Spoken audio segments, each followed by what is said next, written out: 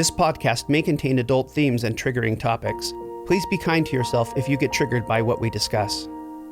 Also, this isn't a substitute for therapy or counseling. Please listen to the appendix at the end for some of our recommendations for resources that will help you find a qualified mental health care provider. Now, we take you to a time in the near future where emotional abuse has been appropriately deemed a crime, and the survivors find a home to reclaim their lives and freedom. This is Haven, and these are the stories of the Reclaimers.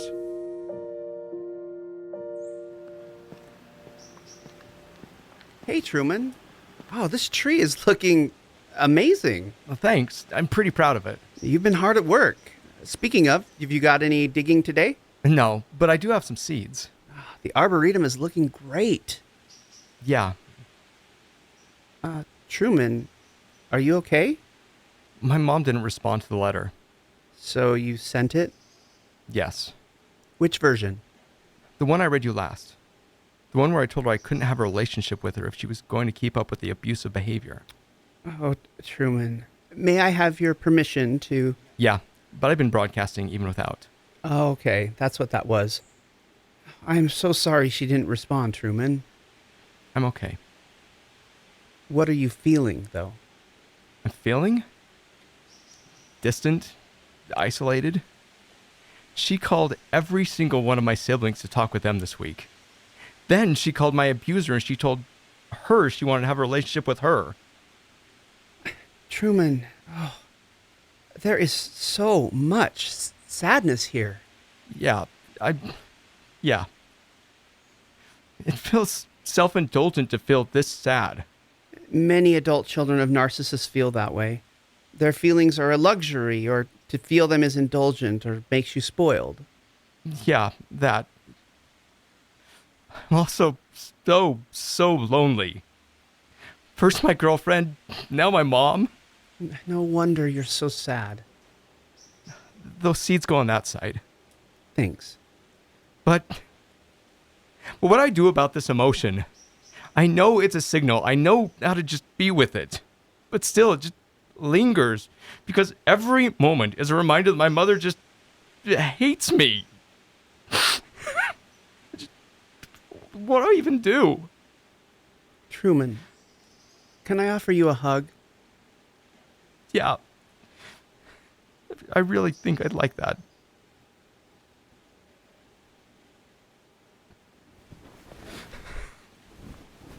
Oh, Truman, I can't imagine anyone not wanting you.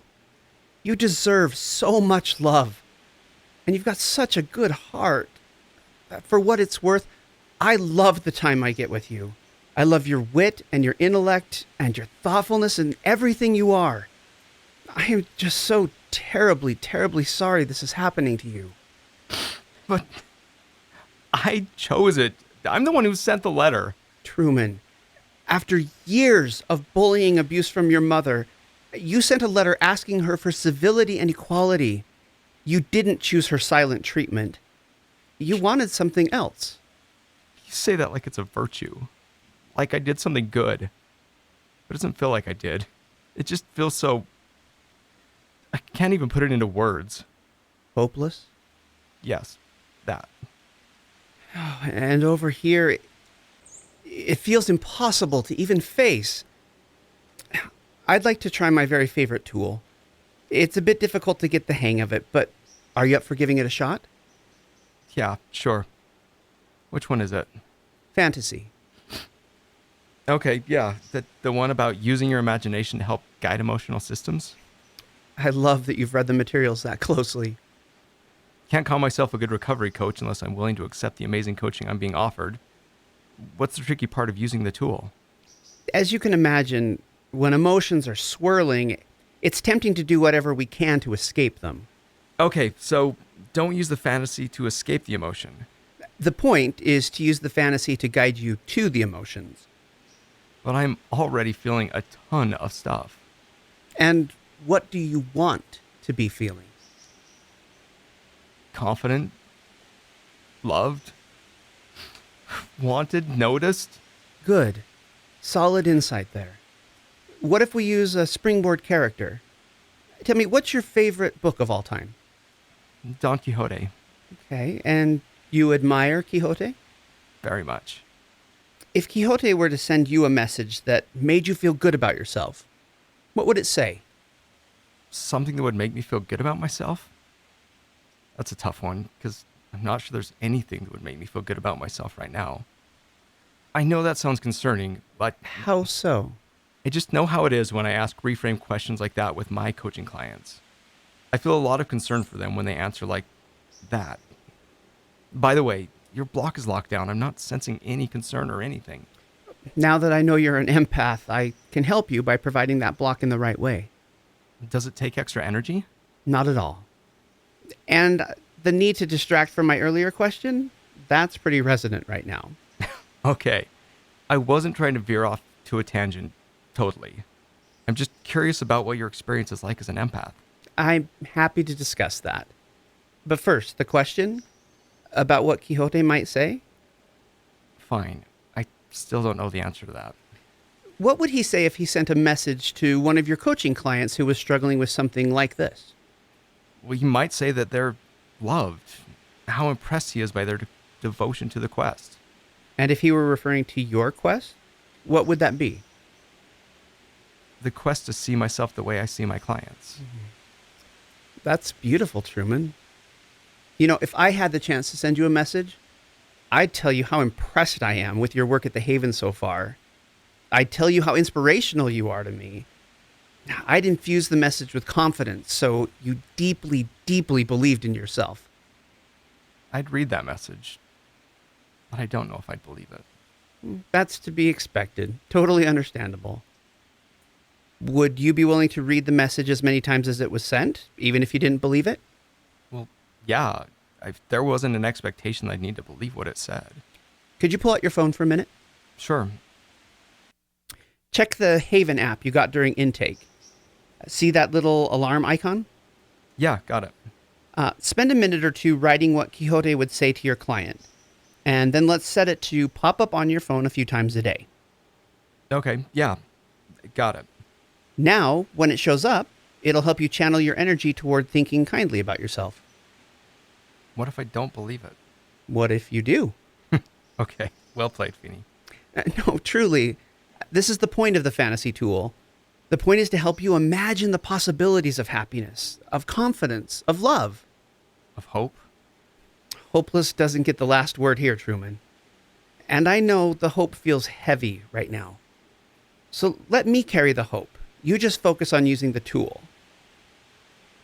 Truman, it hurts you to hear that? It's not the possibility of hope. It's the kindness in your offer to carry the hope. I want to be good, a good reclaimer. I want to hope. I really do. And sometimes it's just too difficult to feel like that's possible. I wonder how much of that difficulty is feeling like you can't be loved unless you follow the rules. Truman, I think you are one of the most lovable people I've ever met. It's so easy to love you. I also wonder if it would be okay to spend the rest of our time together loading some messages into your alarm so you've got a lot of reminders throughout the next week. Would you be okay with that? Yeah, that'd be great. At the beginning of our time today, I asked you what you wanted to be feeling. I sensed the most reaction from the words wanted and noticed. Would it be okay to start there? Perk of having an empath as an advocate, huh? Anything I can do to help you, Truman. You deserve to be wanted, to be noticed and heard. And one of the perks of having such a diligent researcher as a survivor is that I think you might already know the intent of this tool. Of course, it's all about reconditioning my brain. The reason it's my favorite tool is because of the ease of creating the reconditioned path. You don't have to put a lot of emotional energy into it. You can just read the reminder, consider it for a few moments, and over time, you'll build up this pathway. I'm feeling like it might be possible to feel something other than despair. Remember the other tool. One step is enough for now. Even might be possible is a huge step. I'm proud of you, Truman. Thanks. Could I replicate it with other characters? Have different characters send me messages? Yep, as many as you like. In fact, for the first bit of time, it might help to have a wider variety of characters and a range of the types of messages you send. Should I be worried about getting too attached to this? I doubt it will be a problem. Eventually, your brain will be conditioned to accept the pathway to and the emotions themselves. Once there, you won't need the messages to return to those good feelings. And the sadness?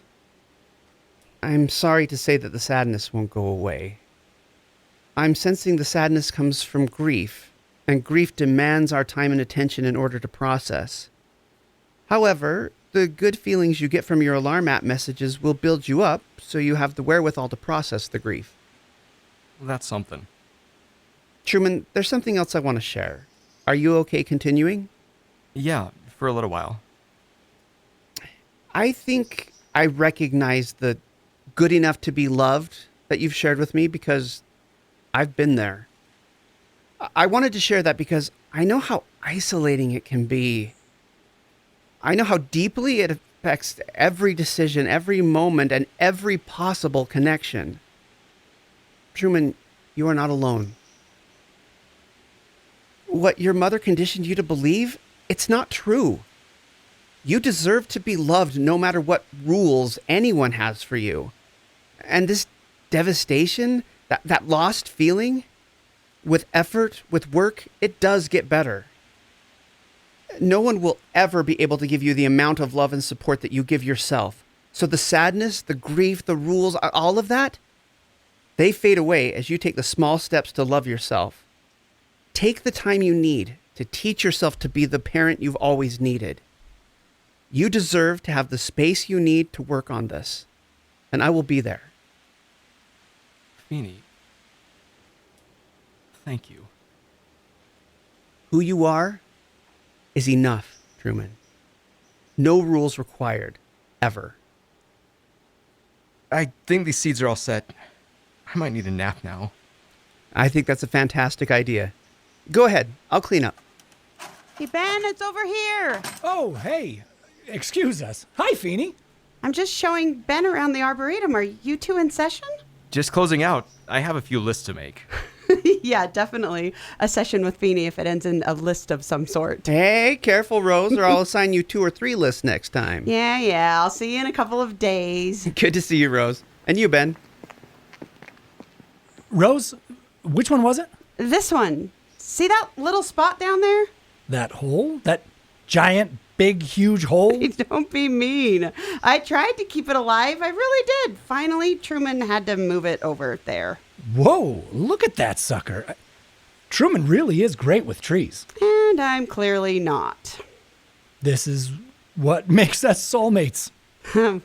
Whoa, yeah. We've known each other for what, like 3 weeks now? I think soulmates is a little far. I'm totally teasing. Yeah, I guess I can see how that'd be a little too much for someone in your shoes. I'll say. Besides, we're not supposed to date in the Haven. We're supposed to get to know ourselves, and I'm finally in a place where I feel like I can do that. Ah, yeah. Of course, I support your healing however I can.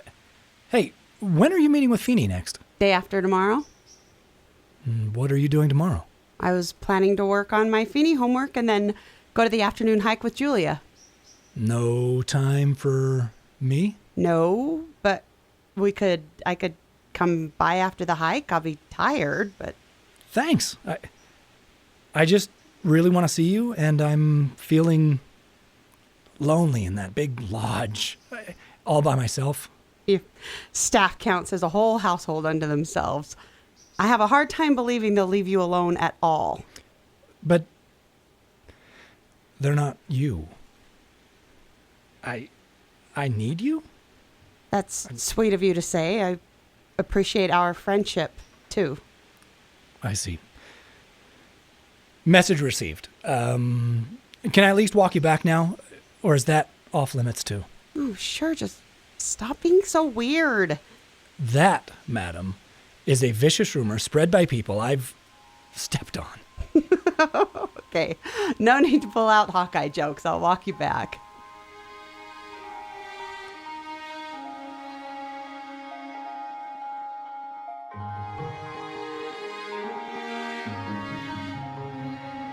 Hey, it's Percy and Pheeny here. What you've just heard is a work of fiction, but we know that many listeners are living in a world of pain that isn't fictional at all. At the end of every episode, we're going to include an appendix of sorts. Some things we hope will serve those who live with a reality of fear and pain every day. First, we want to let you know about our website, www.empowering.tools, where we keep an ongoing list of books, websites, hotlines, and many other resources for victims and survivors of toxic relationships. Second, we'd love to hear from you. If you'd like to share your story with us or let us know how the episode impacted you, we'd love for you to reach out. These are deeply emotional things, and we want to give you a chance to share. We're a small team, so an in-depth response isn't always possible, but we do read every message we receive. Third, if you're in crisis or you need to find an immediate way out, we recommend joinonelove.org. Simply text "Love Is" to 22522* to get an immediate response from a peer advocate, or call 800-799-7233 for the National Domestic Abuse Hotline. If your abuser is a parent or a non-romantic relationship, there are other resources we've listed on the website that are just for you. A reminder, emotional violence is still violence. You don't need to have bruises on your body to deserve help, and it's okay to feel what you're feeling when you call. Fourth, be safe. For some, getting out will take planning and time. If you know you need help, do what you need in order to safely get away. Lastly, we know how difficult it can be to believe there's hope on the other side of a toxic relationship. Many on our team know the devastatingly difficult steps it takes to get away from an abusive predator. But there is hope. You don't have to do it alone. If you don't have supportive family or friends, you can still find support at the hotlines we mentioned earlier or at a local hospital or shelter. Thousands of survivors have made it out. Getting out and reclaiming your freedom can be your story. We believe in you. We believe in your future. And we believe in your right to that freedom.